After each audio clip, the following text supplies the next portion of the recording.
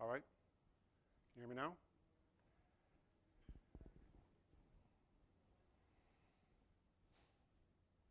Hey, Marcos.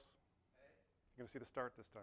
No, I just second time only.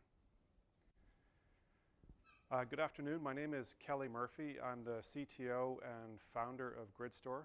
I'm going to talk to you today about how to build a private cloud infrastructure using converged infrastructure to achieve that. Just by way of background, prior to founding GridStore, I started one of the first on-demand software companies back in 1998.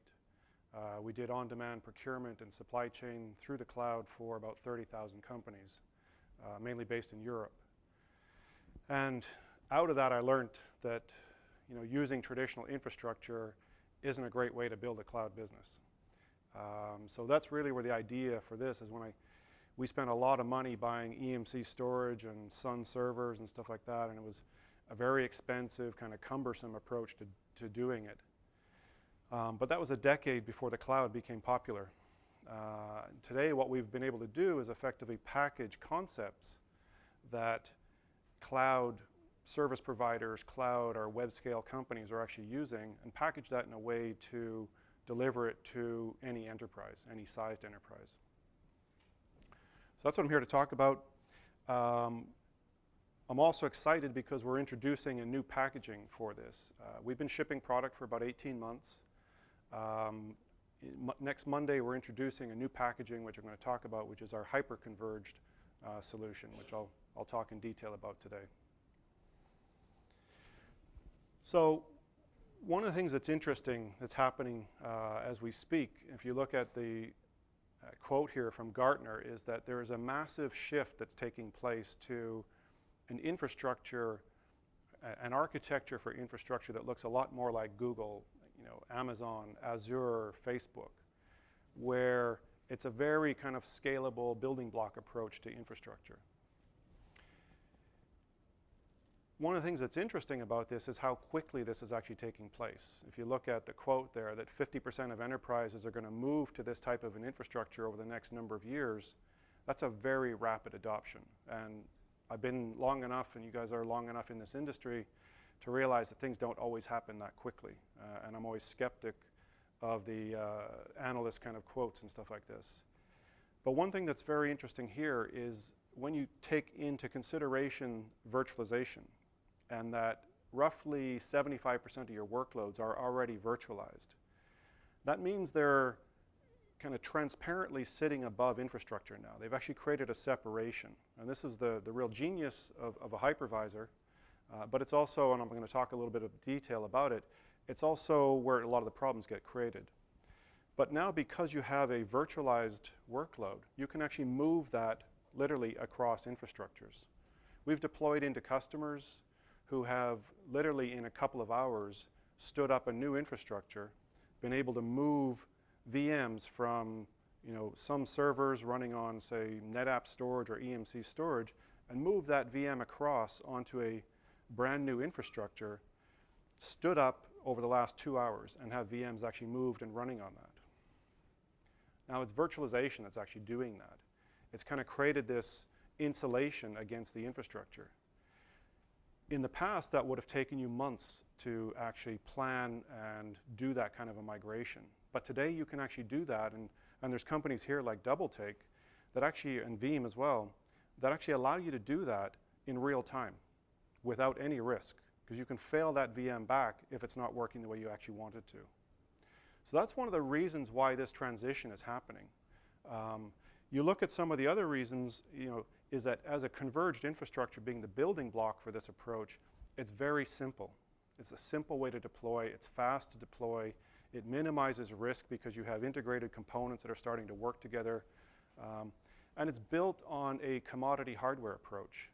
Going back to the kind of story of Google, a lot of people will say, well, look at, that's a great idea. I love the idea and the concept, but I'm not Google. I'm not Amazon. There's very few companies on the planet like them. But you have to remember that they started very small. The reason Google built that infrastructure the way they did is because they had no money. They were a startup. they couldn't afford to go out and buy EMC storage and various servers and so on. So they basically built an infrastructure out of commodity hardware and very smart software that ties it together. And then they were able to take that from a very small model and just keep replicating that. And as we now know, they've built one of the largest, most sophisticated infrastructures we've ever seen. But it's all built on a simple premise of a building block that you replicate. So the rationale behind that is that even if you are a small business or a medium-sized company, you can take the exact same approach. You can achieve the same benefits that they're getting from it. May not get the same kind of economies of scale, but you can build it out of an infrastructure that's much, much more affordable and much more scalable as you need to. So that's some of the kind of drivers behind this. I'm going to talk in this presentation just about in kind of 3 parts here, which if you look at the converged infrastructure and how we think about it, this is how you would actually deploy it. The first is to have a converged infrastructure, you have to manage everything in one place. Okay? The days of having infrastructure silos where I stand up this infrastructure for this particular application stack and a different one over here, and I eventually end up with 20 different things that I'm trying to manage and 20 different management consoles from all these different vendors, those days are gone. All right? That's just not scalable, it's not economical, it's not manageable. So to have a properly converged infrastructure, you need to manage everything in one place. In the world that we operate in, that's System Center. The second element is that the infrastructure has to be very elastic. Okay, so this idea, the building block approach I was talking about, you want to have a truly elastic infrastructure. GridStore plays on both ends of the compute and the storage. I'm going to talk in a bit more detail about that as I go into it. And then the third element, excuse me, is that you need to be able to pull out of that infrastructure and deliver precise amounts of resource. In the context of storage, that resource might be IOPS, where I want to deliver precise amounts of IOPS to each of these different virtual machines. Having a really fast storage system, but scattering its kind of resource across a whole bunch of VMs that don't actually need it, isn't very economical. Okay? So this key element here, which is really where the software comes in, is how do I have this truly elastic resource, but how do I package it in a way that I can deliver precise amounts of it to the virtual machines that I want? So I'm going to talk about this kind of in 3 steps to go into detail on this. That last point I was talking about is really important when it comes to the main problem that virtualization has created when it comes to traditional infrastructure. If you look at the model here, you see multiple hypervisors talking to a traditional SAN, storage array, whatever you want to call it. It used to be that you had a single server talking to that LUN, or the storage would present a single LUN up to a server. I'd put my Oracle database or SQL database on top of that server, my application, and I'd have this stack. And I would optimize the stack for what that application actually needed. Okay? And that's why we ended up with all these different stacks over time. When you put a virtualization layer in the middle of that, right, the storage still presents a LUN up to that hypervisor. Okay?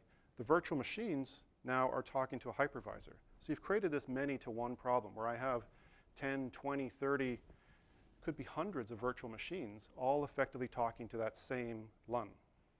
Okay? And you see all the I/Os actually blending together. You have no visibility in it. You have no ability to control or optimize for a given workload anymore.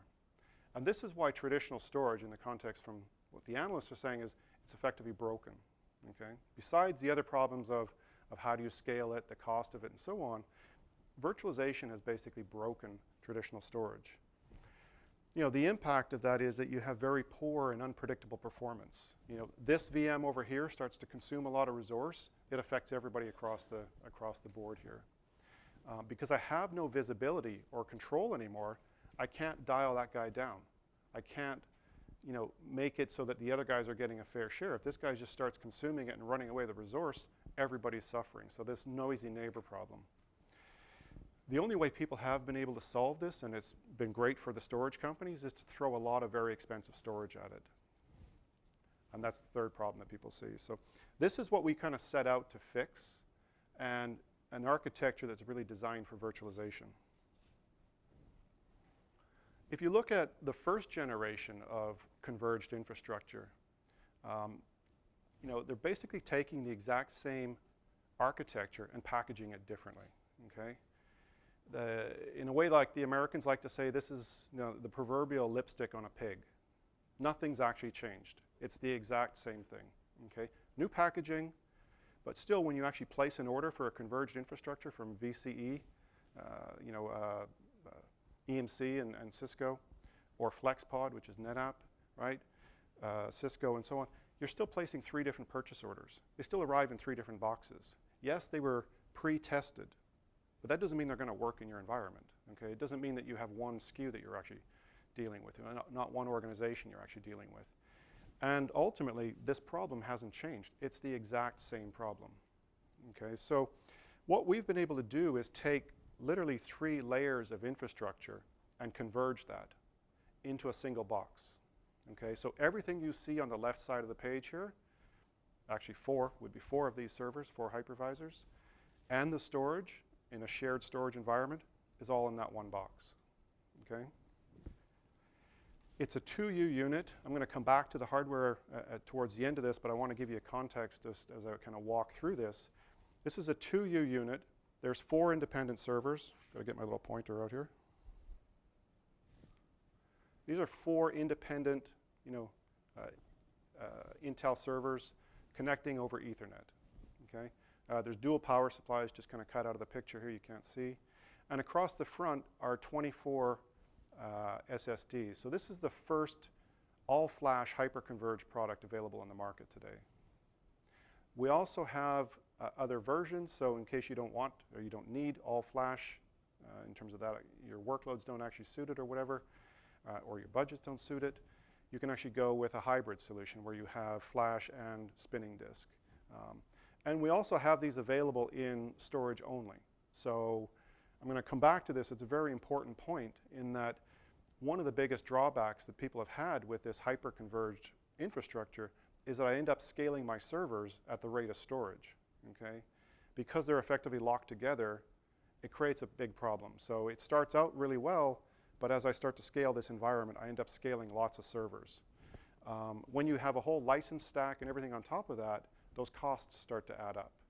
So we've also been able to find a way to have a storage-only model where I can actually scale that separately. So when we take that unit, that's the basic unit. As I said, there's 4 independent computes, all running straight out of the box, Windows Server, 2012 Data Center Edition, and Hyper-V turned on. When you take this out of the box and power it on, the cluster is there ready to work. I can take that then and scale this one by one as far as I need to. I can take 64 of those, that's 256 independent units, and scale this linearly one by one, okay? And I create this elastic compute pool across the top, and I create an elastic storage pool that can keep scaling. If I was using the flash architecture here, I could have about 1.5 petabytes of flash. If I was using the larger capacity nodes, which are 48 terabytes, that would scale to about 12 petabytes, okay, in a single pool. And I can have multiples of those pools if I wanted to. So there's certainly enough for most people to be able to scale as far as they need to. The great thing is you scale it one by one. You only pay for it as you actually consume it and scale. So it's a truly parallel, massively scaling architecture. As I add more, I get more parallel bandwidth. When we write data, what we're doing is actually spreading data around. We don't replicate the data. Again, I'll come back to that, why that's important. But we write the data and we actually stripe it across a number of nodes somewhere in that grid. So I have now a parallel communication path. As I grow this, it gets faster and faster. Okay? Most storage gets slower as you put more and more onto it. This gets faster. Okay? It also becomes more fault tolerant. I can deal with more and more failures, and that's part of the premise of the original, say, Google design, is that they were designed for failure. If you're building using commodity hardware, you assume that things are going to fail. This will self-heal. It will just work around, continue to work.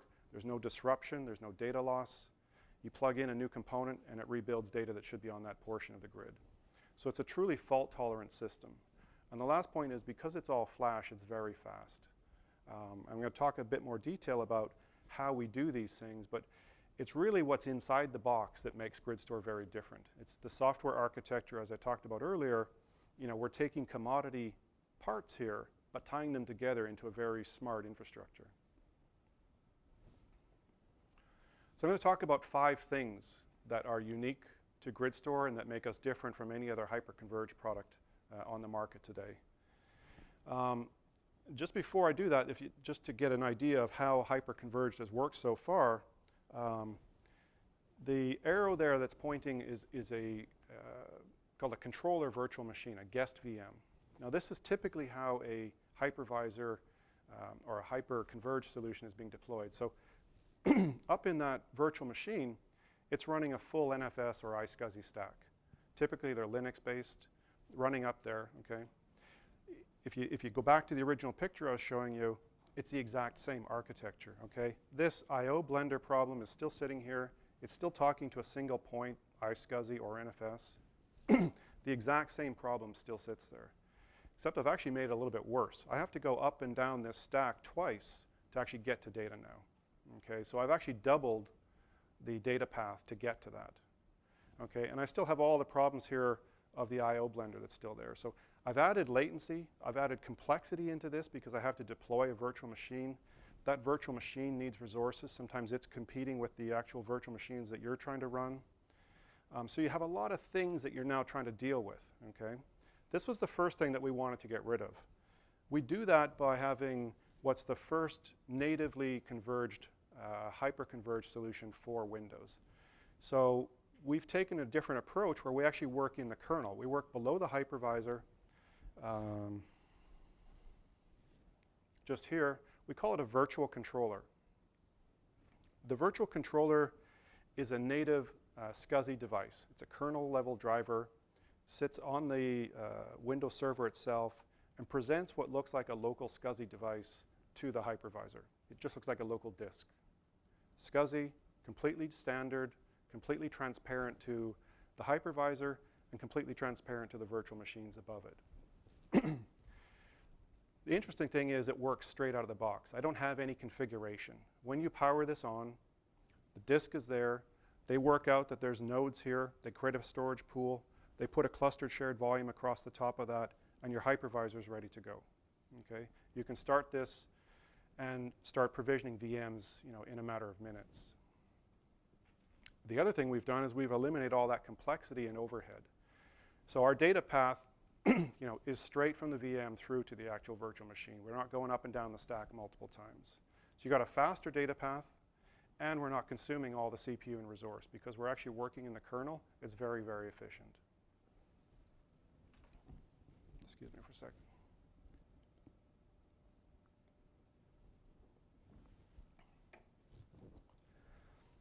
Once we're in the kernel and at this position, we're able to do something quite unique.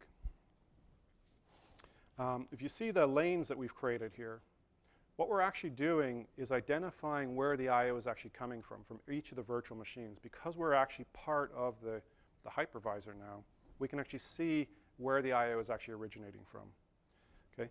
That allows us to eliminate that I/O blender completely. We stop the blending.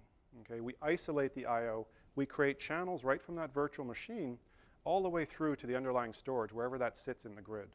And we control that from end to end.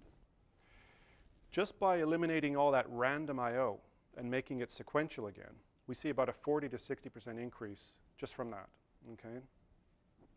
On top of that, we can look into these patterns and see, well, look at this VM1 here. Maybe that's a database. It's doing lots of small 4K writes and just kind of hammering away.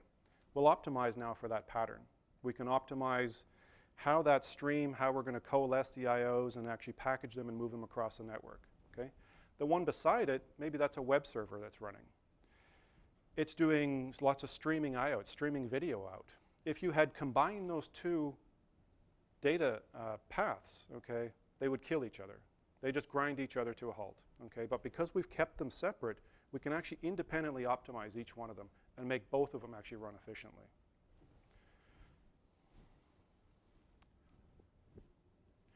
The next thing that we're able to do is put a quality of service around that. So, you know, as I was saying earlier, that not all VMs are created equally. A typical organization has maybe 20% of their workloads that are really critical to them, and 80% is just stuff that's running. And you usually have a lot of that stuff. So what you want to be able to do is say, look, at these important VMs over here on the left here, I want to put them into a higher class of service. I want to make them platinum, okay? And all the stuff I want to put over here in the bronze category, okay?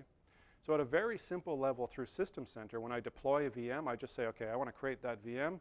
That's a platinum VM, or that's a gold VM, or a bronze VM.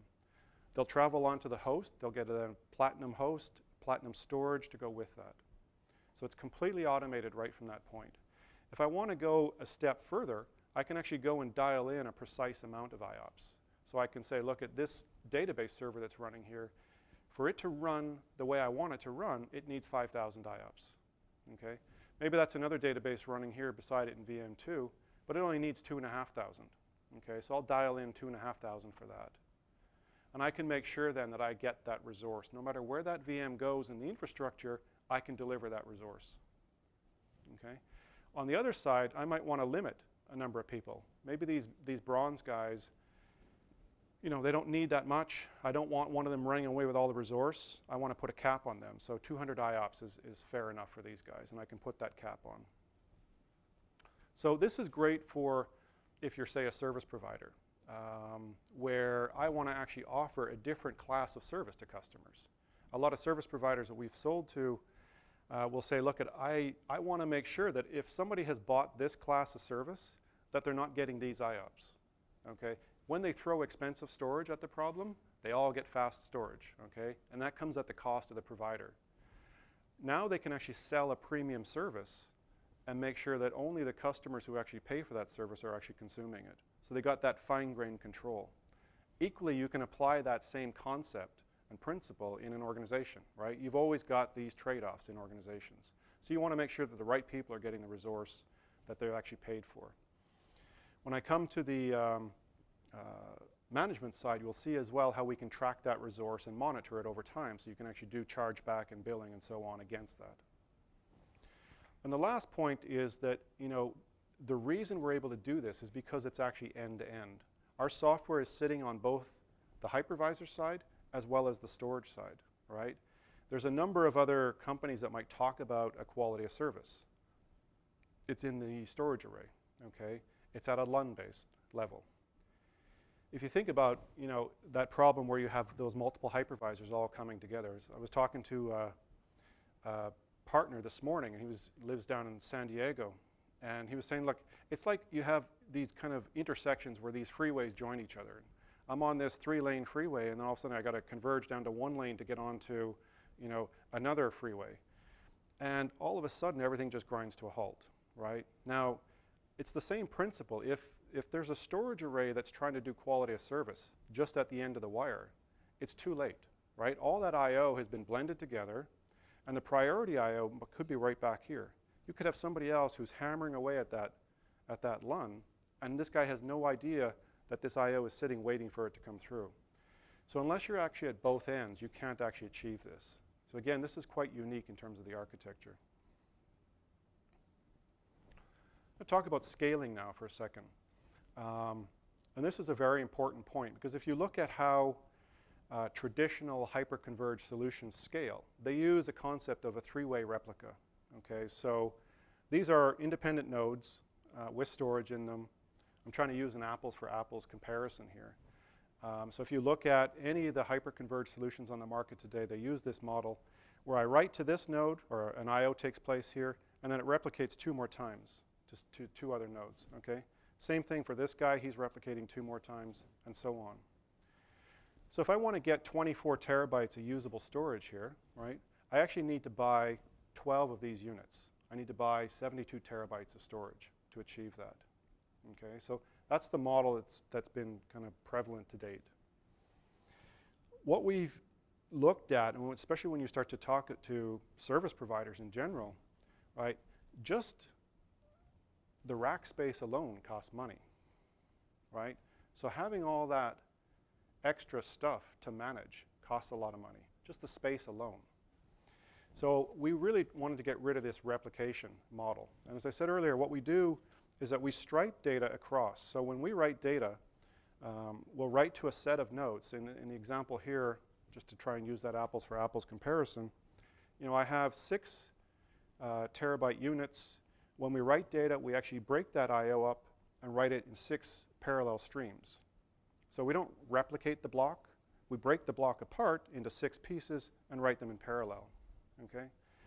Besides the fact that I get a lot of performance gains from that, I eliminate all the network traffic.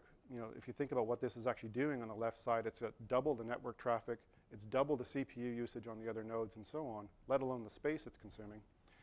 This side, with GridStore is much, much faster because I do it all in one step. Okay? But most importantly, I do it in half the amount of resource. Okay? So I have on the right-hand side the exact same amount of protection.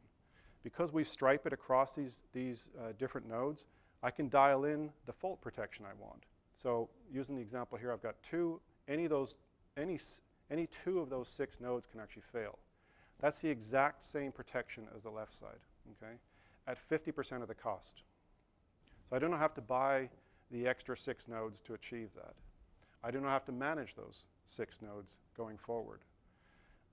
We sold to a service provider in Calgary where it costs them $1,100 a month per U, okay? You add that up, right? That's 66,000, sorry, 6,600, a month by 12, right? That's whatever, 72,000, something like that. That's almost the cost of our system, okay? Just the saving in rack space. So this adds up, and when you start to scale beyond that, it gets to be a significant number. The other point, and this is why we're able to make this all flash, is that we're not throwing 2/3 of it away.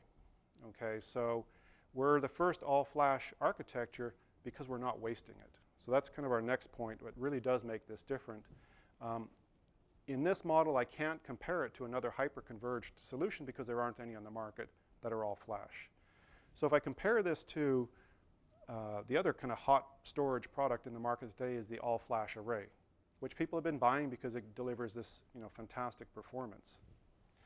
So if you look at these 2 models, there's quite a difference. Okay, first, as I said before, that I/O blender is still there. These are presenting normal iSCSI targets or NFS mounts. So nothing's changed there, but I have to go all the way across the network to get to that very fast storage. Okay, there's a lot of latency in that. In our architecture, what we've been able to do is take the concept of let's move that flash as close to the workload as possible. So we put it right in the workload. I can cache roughly 80%. If you look at typical workloads, 80/20 read-write, I'm caching about 80% of the I/O locally here, okay, and serving that locally with microsecond latency, all right? That's an order of 10x in terms of performance from a latency perspective compared to an all-flash array, okay? And this is delivered at a fraction of the price of that. At the same time, what we're also doing is taking 80% of the workload off the storage side, okay? Because we can serve that locally, now the writes on the other side become very, very fast because all they do is handle writes. And those writes are also hitting flash. So we're very, very efficient in terms of how we actually deliver and utilize a flash architecture. We're not wasting it on the 3-way replicas, and we're delivering what's probably the fastest possible storage architecture. And the 5th thing, which really does set this apart, is how we can scale. Okay, as I talked about at the outset, the one-size-fits-all approach where I have compute and storage together in the same box, that's a great concept. It simplified everything, except when it comes to scaling. I want to be able to scale these independently. So I don't want to have to grow my servers at the rate of storage, right? If you look back in history, storage grows at typically about 5 or 6 times the rate of compute workloads do, right? The reason is you consume storage every day, okay? Your CPUs are running and being consumed or utilized by a workload, but that is all there the next day, okay? But what the storage I've actually consumed, I don't get that back tomorrow. So they keep growing like this, okay? I need to be able to scale my storage independently of the compute side. So again, because of the approach that we have in the architecture, I can independently scale each of these units, okay? And as I talked about earlier, there's different types that we can scale as well. So we have pure flash, we have hybrid, we have pure capacity. So you can scale the amounts of storage that you need to fit your actual organization.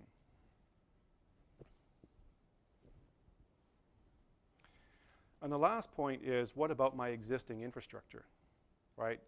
Everybody has existing stuff. You don't work in isolation. So what about my existing servers?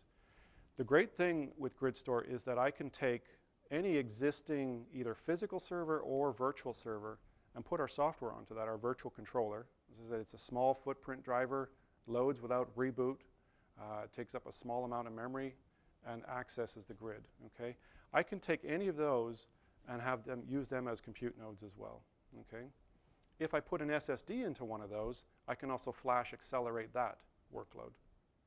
So this is great for a lot of physical servers that haven't been virtualized yet because they're very important and people didn't want to take a performance hit. So think about things like SQL Server or something like that. Now you can use that existing infrastructure, put SSD into it, and we can actually accelerate that, but give it a very scalable shared storage facility behind that.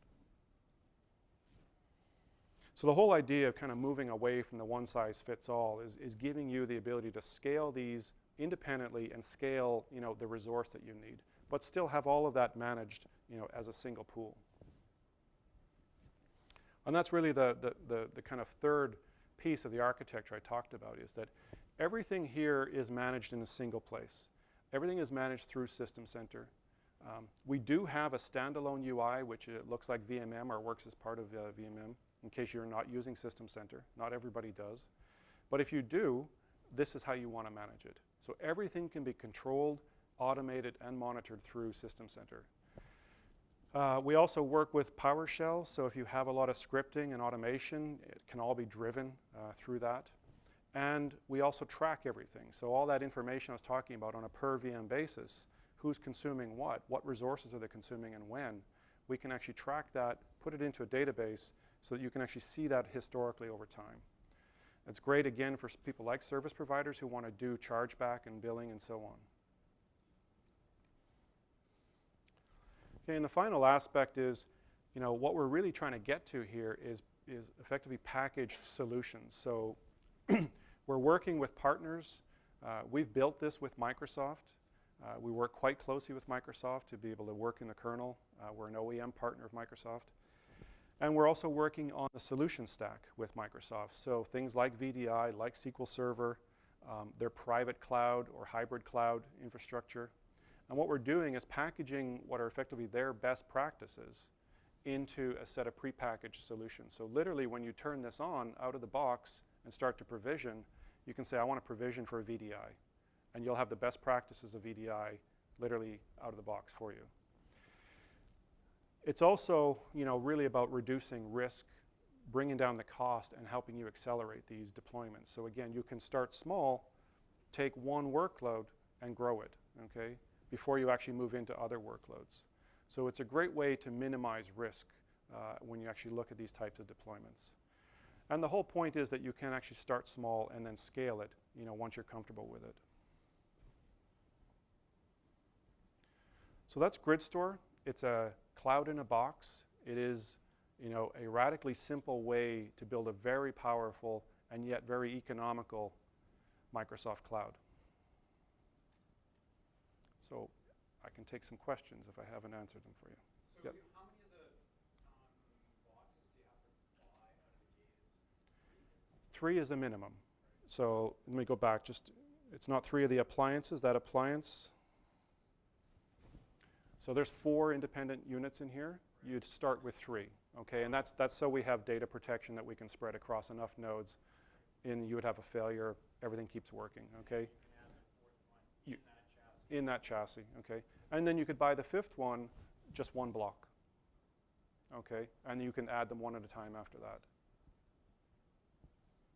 And those are, when you say they're connected by Ethernet, so each one of those is? Yeah, there's two 10 gig connections in there, and we use a 1 gig connection for just management plane. So you're connecting those to the switch? To a switch, yeah. Yeah, so you'd have a top-of-rack switch on that.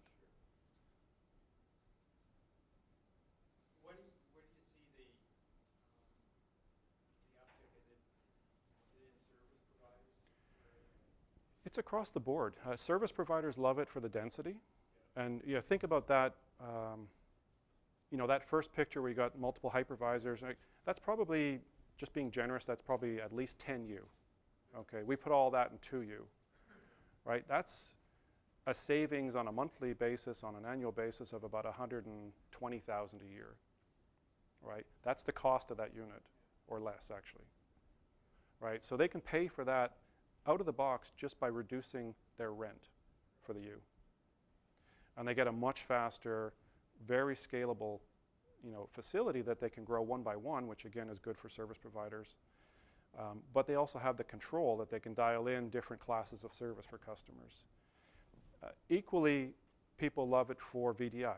Okay, so people see that VDI is a new workload. I want to keep it separate from my current infrastructure. A lot of the drawbacks of VDI have been in the past is when the guy who's charged with the VDI project comes to the infrastructure team and says, hey, I want to put desktops on our expensive SAN and server infrastructure. And they kind of look at him and go, no, you're not. You're not going to affect our critical workloads here with desktops. So this is a way to keep it separate. Literally drop in a box. Now you're in control of your own destiny. Right? You drop in that box. This is scaled. We have different sizes. The initial model is kind of the medium-sized configuration. Can run about 150 desktops per each of these units. So 600 desktops in that single appliance. It'll be probably, for an all-flash desktop, under $200. All right, so think about, again, the second issue that people have had with VDI is performance. Okay, if my virtual desktop isn't as fast as my physical, give me the physical one back, right? We think about performance like availability. If it's not fast enough, people don't use it. It may as well not be there. So with this, you're actually able to deliver and deploy very quickly an all-flash desktop for under $200 a desktop. That's a very compelling proposition when you start to look at how that scales up. And again, the density of that, right? You could have 6U, 1,800 desktops in that, in 6U.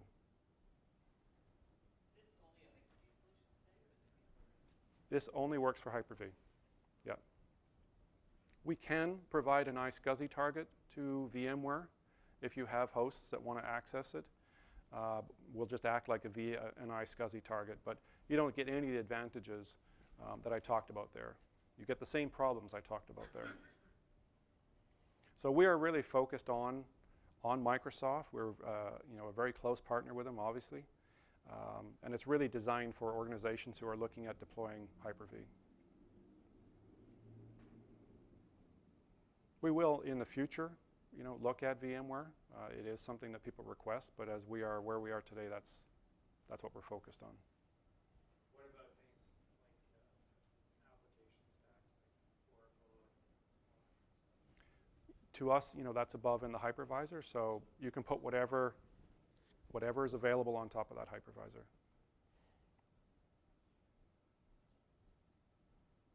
And it is a complete, Windows Server Data Center edition. It's not cut down or anything like that. So, So in reality, it's kind of a special version of Windows Server with all this kind of hardware optimization, but from a general administrator's point of view, yes. Environment, Yeah. Whatever runs on Windows, runs on Windows. We don't change that. And it's your hypervisor, and server to actually work with. We don't lock it down in any certain way or anything like that. It's a complete server.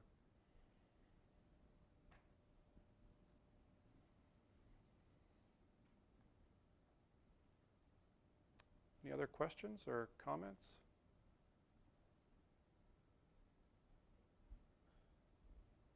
No?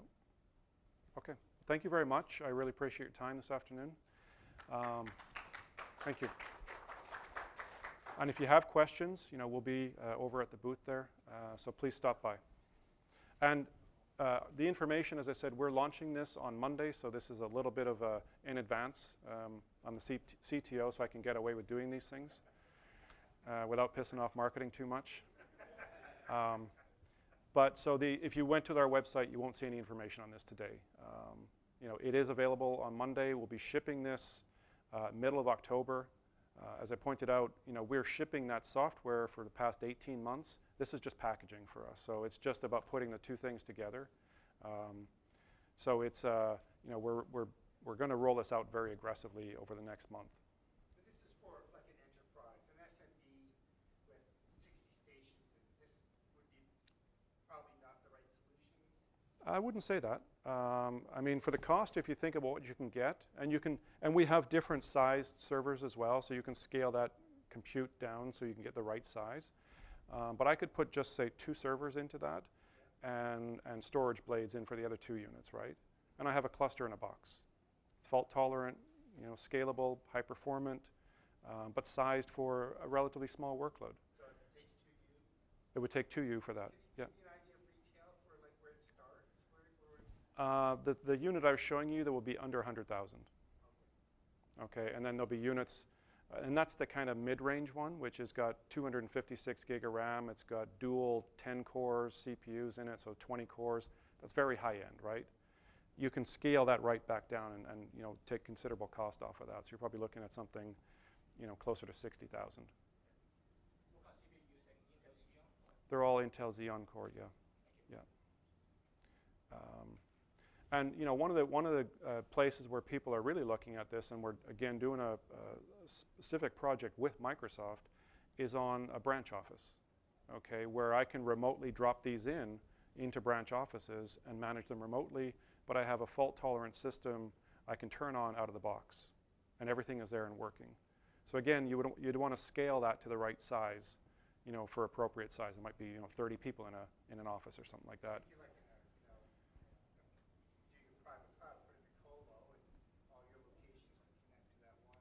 And that is another thing. I often talk about service providers, but I know I was talking to somebody earlier, and they were saying, well, we actually put our infrastructure in a colo. Okay, so again, that rack space costs money. That power and cooling all cost money. So people who are, starting to build their own hybrid clouds and leverage somebody else's data center, which makes a lot of sense, this is a very efficient way to actually deliver that.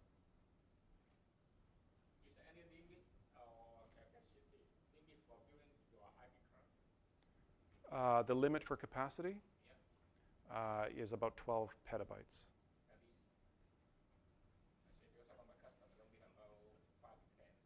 Yeah, oh, sorry, at the small side, you can start around 12 terabytes. Yeah, so it goes literally from 12 terabytes growing up to 12 petabytes. The unit I was showing there with, if that was all flash, there's 24 terabytes in that. You would lose one of those units for redundancy. Okay, so you'd have about 18 terabytes of usable storage out of that. And then there's other, there's smaller units as well. So we have ones that can start with just 4 terabytes in them and so on. Okay. All right. Well, thank you again.